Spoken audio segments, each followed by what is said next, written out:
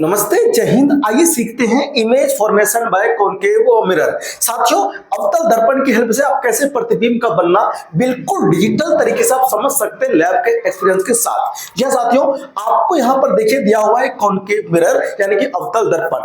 मेरे सामने क्या हुआ है, एक ऑब्जेक्ट है जो कि मैंने अभी बहुत दूर रखा हुआ है। जब मैं इस कॉनकेव मिरर के फ्रंट पे ऑब्जेक्ट को इन्फिनिटी पे रखूंगा, जी हाँ साथियों, इन्फिनिटी पे रखूंगा, तो आप देखेंगे कि आपका जो इमेज है वो फोकस पे बनता है और इमेज की जो साइज है वो ऑब्जेक्ट की साइज से हाईली डिमिनिश्ड है, यानी यहां पर पॉइंट साइज है, आपको दिखाई दे रहा होगा। देखिए, मैं जैसे ही इस ऑब्जेक्ट को पास ले जाऊंगा दर्पण के, तो ये जो आपका ऑब्जेक्ट का इमेज है वो साइज में धीरे धीरे क्या हो रहा है, इंक्रीज हो रहा है, यानी ऑब्जेक्ट का जो साइज है वो बढ़ता जा रहा है। देखिए ध्यान से, जैसे तो अब आप ये समझ सकते हैं कि यहां पर फोकस है और यहां पर कहीं ना सी पॉइंट होगा। अब मैं जैसे ही इस ऑब्जेक्ट को और पास ले जाऊंगा, बिल्कुल टैप के पास, तो मेरे को एक ऐसा पोजीशन मिलेगा देखने को।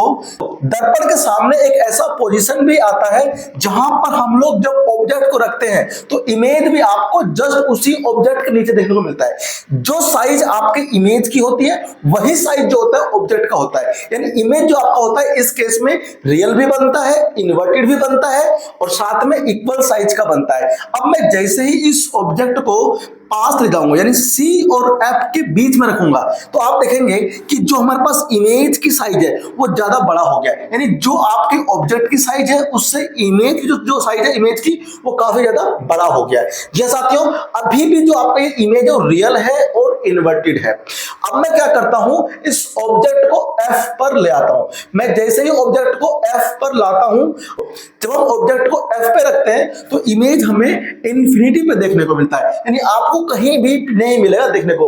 अब हम जैसे इस ऑब्जेक्ट को बिटवीन एफ एंड पी लाएंगे, अब एफ क्या होता है, एफ आप सब जानते हैं फोकस होता है और पी यहां पे आपका होता है पोल। हम जैसे ही पोल और एफ के बीच में ऑब्जेक्ट को रखेंगे तो आपका जो इमेज है ऑब्जेक्ट का अब दर्पण के सामने नहीं बनेगा, वो दर्पण के पीछे बनेगा। आपको ध्यान रखना है, अवतल दर्पण में केवल एकमात्र ऐसी स्थिति होती है जब हम ऑब्जेक्ट को एफ और पी के बीच रखते हैं तो इमेज आपको ऑब्जेक्ट की साइज से बड़ा देखने को मिलता है, ठीक है, वर्चुअल यानी आभासी देखने को मिलता है। साथ में आपको दर्पण के पीछे इमेज जितने भी मिलते हैं देखने को वो आभासी ही मिलते हैं देखने को। इसी तरह की और वीडियो के लिए चैनल को सब्सक्राइब करना बिल्कुल भी ना भूलें और मुझसे क्लास में इसी प्रकार से स्टिमुलेशन की हेल्प से पढ़ने के लिए चैनल को सब्सक्राइब करना बिल्कुल भी ना भूलें। Thank you.